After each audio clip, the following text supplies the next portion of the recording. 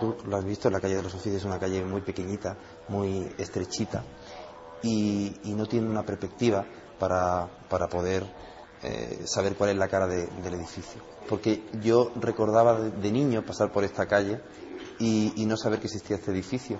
Lo único que oía era el sonido del offset de las imprentas, que en ese momento un periódico local pues estaba aquí.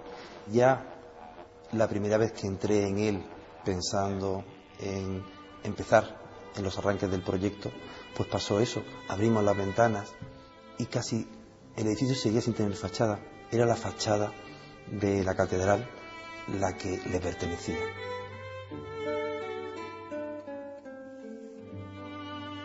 Granada es fundamentalmente un paisaje, y romper una perspectiva en Granada es tan grave como demoler uno de sus principales monumentos. Por eso, desde ese instante en que vislumbramos esa mirada, parecía lógico que una vez resueltas las necesidades museológicas, esta nueva planta se estructurara como un mirador más en una ciudad de miradores. Este edificio se hace a finales del siglo XIX y se estructura en torno a un muro de carga perimetral hecha de ladrillo. Tiene 3 fachadas este edificio y una medianera, y después un sistema porticado de columnas de fundición en su interior. El sistema estructural estaba realmente bien, había resistido, puesto que era de gran calidad. Las cosas son como son y los pilares torcidos son como son. Ese rasgo diferencial, yo pienso que lejos de ser una limitación, es precisamente una cualidad. Lo que hicimos fue recuperar esa estructura, pero lógicamente esa estructura estaba calculada para 3 plantas, no para esta nueva cuarta más. Por lo cual se hizo una estructura nueva, es decir, está la estructura original y hay una estructura nueva que descarga a través de la piel de la fachada y del muro de las escaleras cómo se estructura un espacio que tiene que ser cerrado como una sala de exposiciones con un edificio que es abierto porque tiene 3 fachadas. Recuerdo que al principio pues se propuso la idea de cegar las ventanas para ganar un poco más de espacio y resolver así el paño expositivo. Pero parecía que también eso era negar la biografía del edificio. Por eso las salas se establecen como cajas que están inmersas en esa piel exterior, en esa carcasa perforada que constituye los ventanales del edificio. Hay una pequeña cámara que se utiliza para instalaciones, y los recorridos son importantes para entender otro aspecto fundamental del arranque del proyecto, y es la idea de recorrido como idea arquitectónica. Realmente no hay otro material que aquellos que en principio existían. En la planta baja, en la misma piedra de Sierra Elvira, que es la piedra tradicional de nuestra ciudad, se extiende alfombrando la planta baja.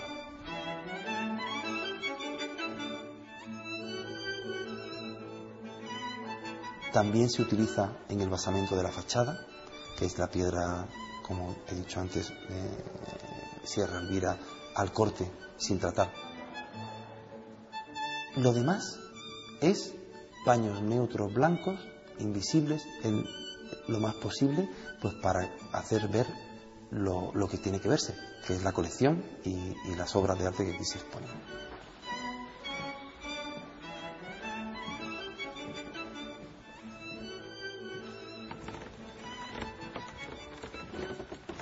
Si tú te has fijado, las maderas estas chirrían un poquito, hacen un pequeño sonido, pero eso lo que genera es una sensación de silencio impresionante. Cuando los visitantes vienen, pisan y la pisada se hace más ligera y el tono de voz baja, y parece que hay una atmósfera de recogimiento que acompaña al acto de la contemplación.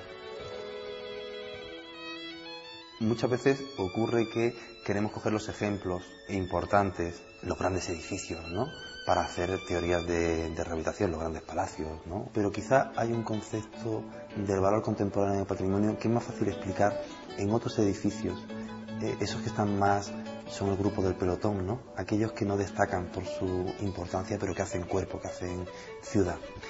Porque en el fondo la biografía del tiempo está escrito en sus paredes, en sus suelos, en sus techos. Estos elementos son los notarios que registran las anotaciones del tiempo. Son como los testigos que escriben sus biografías.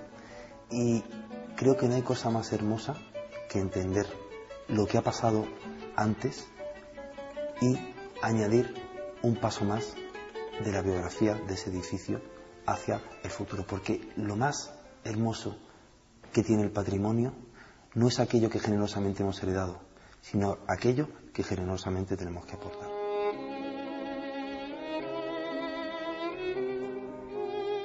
La Catedral de Granada quizás sea el ejemplo más claro que tenemos en nuestra ciudad. Estaba trazada en el antiguo estilo, en una regla gótica, y es precisamente Siloé el que presenta una nueva estructura en el nuevo estilo, en el renacentista. Entonces hay una transformación que hace que posiblemente la Catedral de Granada sea hoy posiblemente una de las más bellas de Andalucía.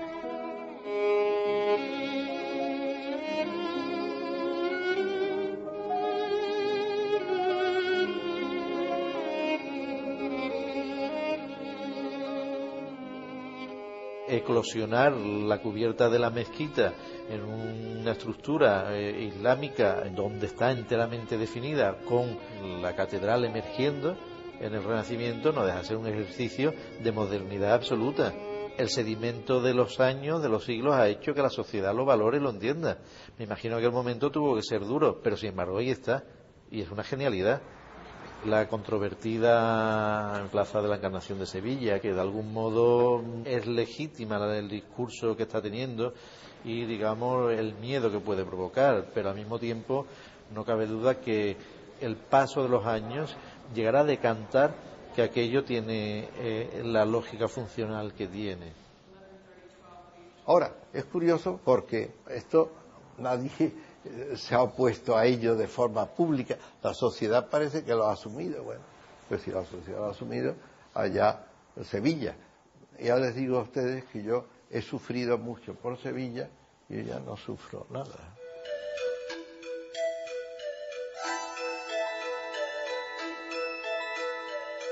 La conquista de Málaga la hicieron los reyes católicos y ese edificio pertenecía a un noble musulmán y estaba en la calle más importante de la Medina. Era un edificio renacentista con elementos mudéjares, una soberbia torre de piedra, una fachada de piedra, un patio con columnas de mármol traídas de Italia. Era un edificio realmente bello y por su tamaño, por el tamaño de las salas, por la luz, era ideal para albergar la colección de Pablo. El edificio tenía un patio central y habitaciones en los 4 lados. Entonces, lo primero que hicimos fue decidir qué salas iban a albergar esa colección, o sea, en qué salas iban a ir los cuadros, el recorrido que se iba a hacer por esas salas.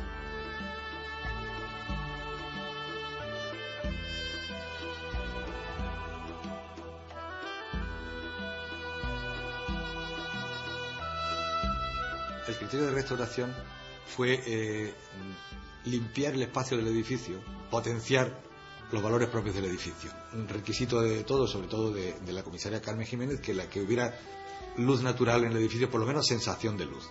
Por ello, prácticamente todas las ventanas del edificio se mantienen abiertas, con una protección de unos esterones muy de la tradición andaluza, que matizan la luz suficientemente para que no altere la iluminación prevista para los cuadros.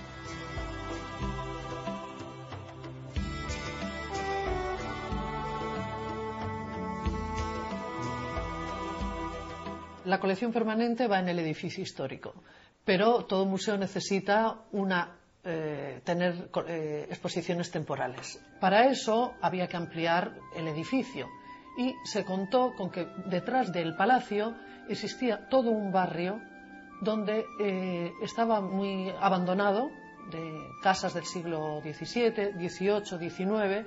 En concreto se llamaba La Judería, aunque no fue judería, pero se llamaba La Judería.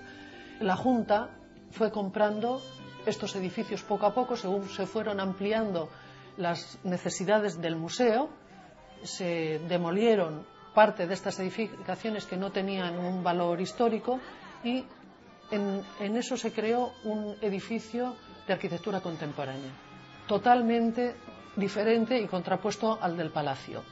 Y era un volumen rectangular con salas donde ya la altura podía ser muchísimo mayor que esto, con iluminación cenital, cubiertas planas en lugar de las cubiertas inclinadas de teja que se habían tenido en el palacio. Aparte, también hacían falta oficinas, edificio para pedagogía, auditorio, y todos estos se fueron poniendo en estos nuevos edificios que se compraron. Se mantuvo un criterio de todo lo que tenía un valor histórico, arquitectónico, se mantendría.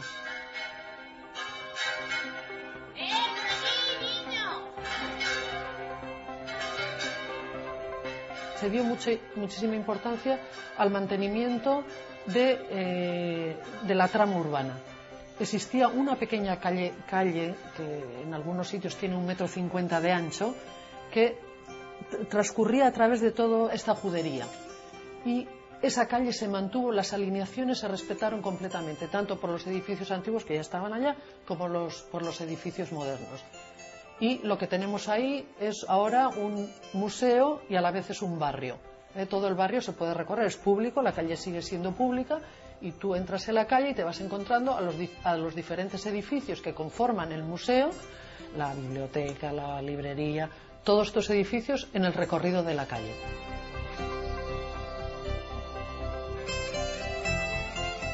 Uno de los valores del edificio es que en los sótanos encontramos los restos de la antigua muralla fenicia y es emocionante encontrar en un mismo edificio huellas fenicias, huellas romanas que también están en el sótano al lado del siglo XVI y al lado del Picasso. Es toda la historia de Málaga la que está concentrada en este edificio. En ocasiones el propio patrimonio puede ser un factor de desarrollo y un factor incluso de transformación urbana. Hablábamos del caso del Museo Picasso, no solo del Museo Picasso, sino la actuación de integración del Teatro Romano de Málaga, ¿no? El Museo Picasso realmente ha activado la manera esa de actuar vivienda a vivienda, construyendo un edificio que realmente es una parte del barrio, ¿no?, que está lindando con el Teatro Romano. Ha provocado un movimiento, un nuevo orden, un nuevo sistema o la fuerza necesaria que ha implicado todo el entorno y todo ese barrio totalmente marginado. Me parece interesante del patrimonio, o de la intervención del patrimonio, cuando esa intervención recupera, establece, potencia relaciones que existen en los lugares, ¿no? El encargo fue del año 88. Entonces, digamos que han sido dos intervenciones diferentes. Contábamos en el edificio original con elementos muy singulares que lógicamente había que restaurar, proteger, como era la columnata, la fachada interior, la fuente, una escalera monumental muy importante, de dimensiones muy importantes, la bóveda y lógicamente aquellas dependencias municipales como era la alcaldía, el salón de plenos, salón de reyes, que sí habían tenido en años pasados más o menos recientes alguna intervención que estaban muy aceptables y en general bastante bien. Y la propuesta ha consistido lógicamente en poner en uso el edificio antiguo, original, monumental, y por otra parte la ampliación de nueva planta, que también para el uso más funcional de oficinas. Nuevas oficinas también. Y luego, pues, una curiosidad en el transcurso del proyecto, también se había ganado el espacio que está sobre el salón de plenos actual, ¿no?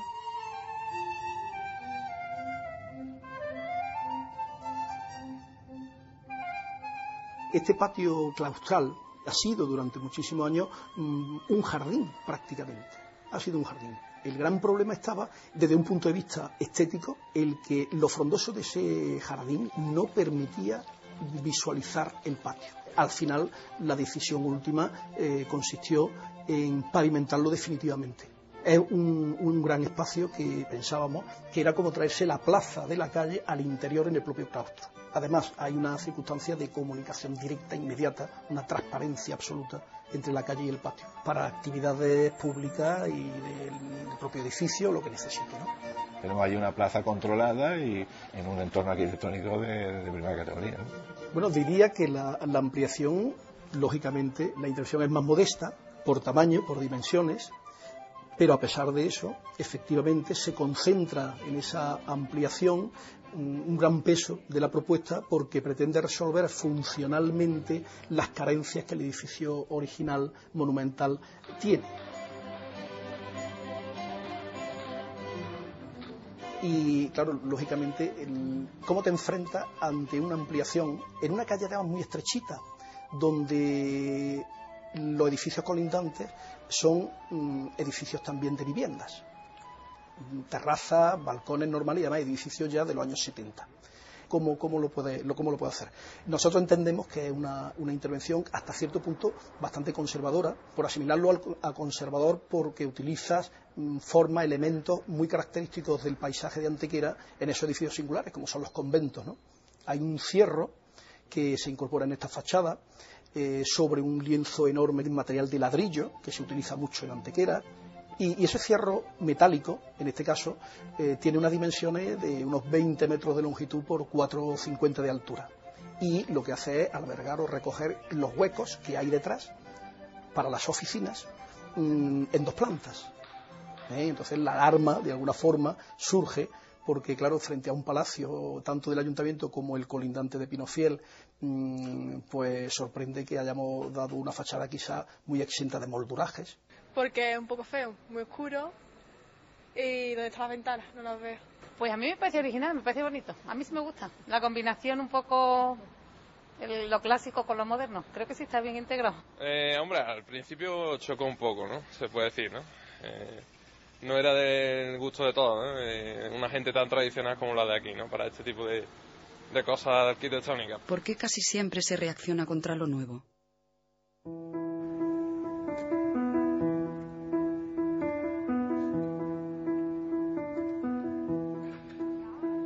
Tomares es la rehabilitación de una antigua hacienda, la hacienda de Santa Ana, una construcción del siglo XVIII, con ampliación. Quiero decir que no se trataba solo de restaurar o rehabilitar, sino de ampliar con construcción de nueva planta este edificio, ¿no? ¿Cuál es la actitud, ¿no?, ante lo construido, ¿no?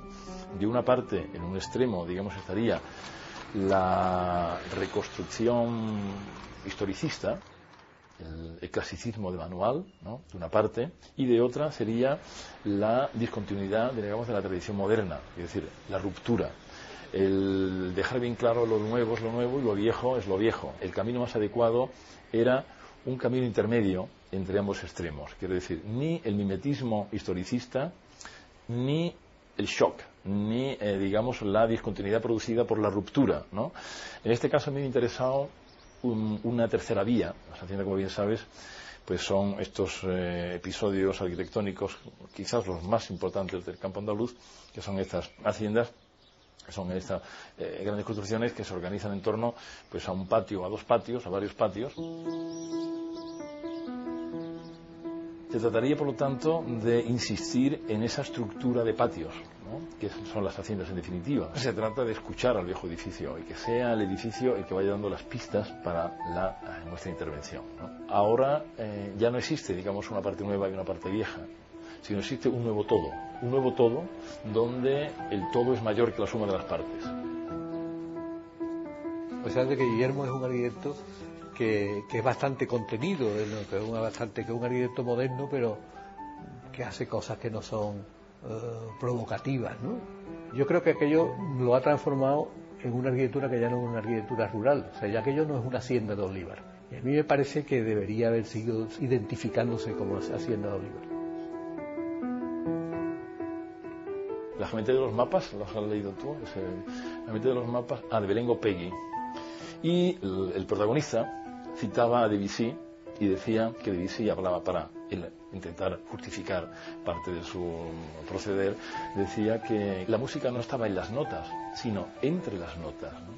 Entonces, a mí cuando leí esto me clarificó muchísimo la forma de entender y de comprender el proyecto de Tomares, ¿no? Porque entendía que si hay algo de buena arquitectura en ese edificio, lo estará en los espacios de intermediación, en los espacios, estos espacios ambiguos que van comunicando patios entre sí, que van comunicando patios y jardín, porque más incluso que la propia construcción, que la propia arquitectura. Joaquín Azañas, ¿no?, cuando hablaba sobre arquitecto, le decía: hágame grandes patios y buenos corredores, y si sobra espacio, hágame habitaciones, ¿no? De manera que, ¿cómo poner en relación los antiguos patios junto a los nuevos? Y estos, además, con el jardín, es un poco toda la intervención de Tomares, que en este sentido yo creo que efectivamente, digamos, las fotografías no pueden sustituir nunca la experiencia espacial personal, ¿eh?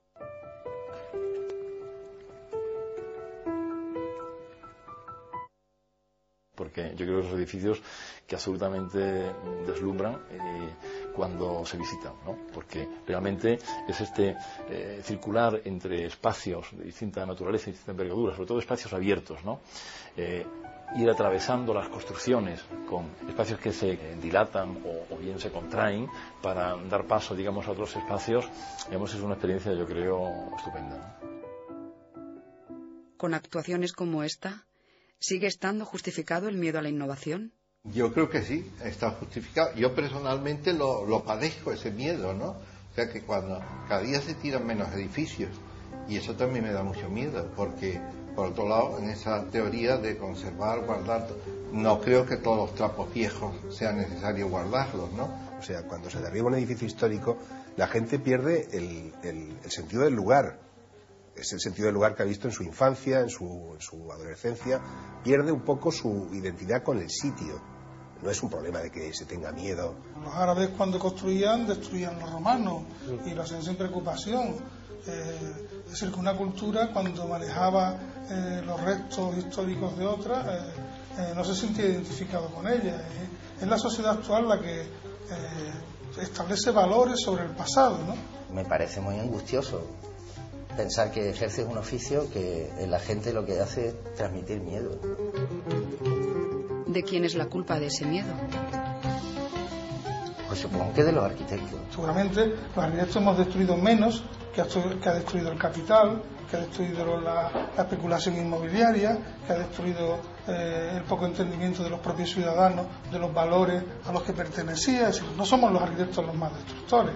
Y por otra parte, la ciudad histórica estalla por los cuatro costados porque no está preparada para soportar un impacto tecnológico tan fuerte como el que entra a partir de la Segunda Guerra Mundial, ¿no? Pero el problema es ¿qué destruimos para conservar? Porque conservar las cosas tal como eran es una aspiración imposible.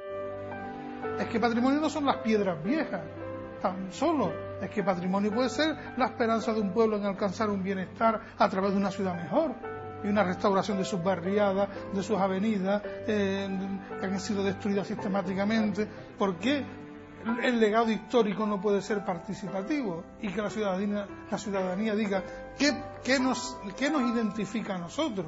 Porque a lo mejor lo que me identifica a mí es una carencia, es algo que no tengo. Esa es mi identidad, o esa es la identidad que yo quisiera alcanzar. Y aquello que siento como mío puede ser el anhelar una ciudad que no la pinten como cualquier pueblo turista de baja estofa. Puede ser que tenga aspiraciones de un mejor sistema de infraestructuras, de transporte.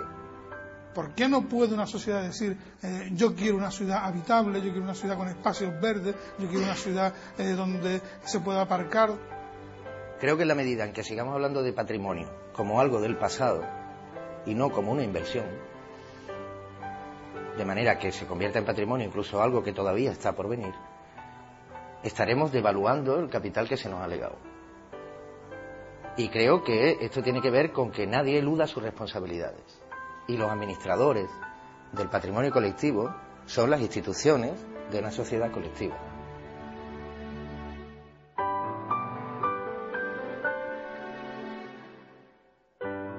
Si incluso los propios arquitectos tienen criterios diferentes sobre lo que hay o no que conservar, la pregunta es, ¿cómo debe actuar la gente normal y corriente ante estos temas? Pues coño, calmándose, relajándose, lo mismo que se relajan frente a las agresiones de la televisión o del mercado, recibiéndolas como cuestiones favorables en su vida.